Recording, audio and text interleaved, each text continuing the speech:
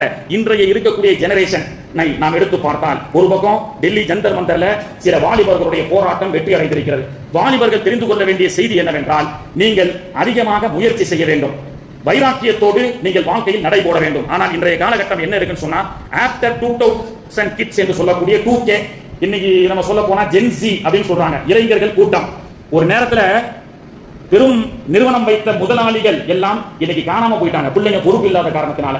திண்டுக்கல்ல ஒரு பெரிய கம்பெனியுடைய தொழில் நடத்தக்கூடிய ஒரு பெரிய தொழில் அதிபர் 1970-75 சொந்தமா ஒரு பிளைட் இருந்தாலே பெரிய பணக்காரன். ஆனா அந்த திண்டுக்கலை சார்ந்த அந்த தொழில் அதிபருக்கு சொந்த ஜெட் பிளைட் மட்டும் இல்ல, ஏர்போர்ட்டே வச்சிருந்தாங்க.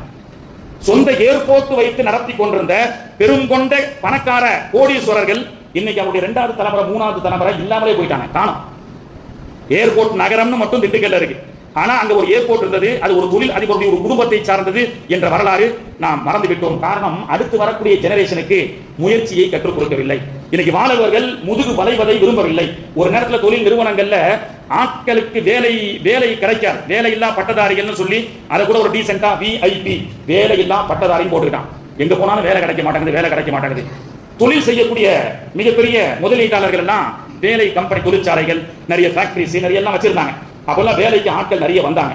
ஆனா இன்னைக்கு என்ன நிலைமைன்னு சொன்னா, வேலைக்கு ஆட்களே கிடைக்கிறது. எந்த துறையை எடுத்துக்கொண்டாலும் சரி, கடை வைத்திருக்கக்கூடிய நிறுவனமாக இருந்தாலும் சரி, தொழில் வைக்கக்கூடிய தொழிற்சாலை வைத்திருக்கக்கூடியவர்களாக இருந்தாலும் சரி, வேலைக்கு பசங்களே கிடைக்கிறது. காரணம் என்ன தெரியுமா? சோம்பல் என்ற.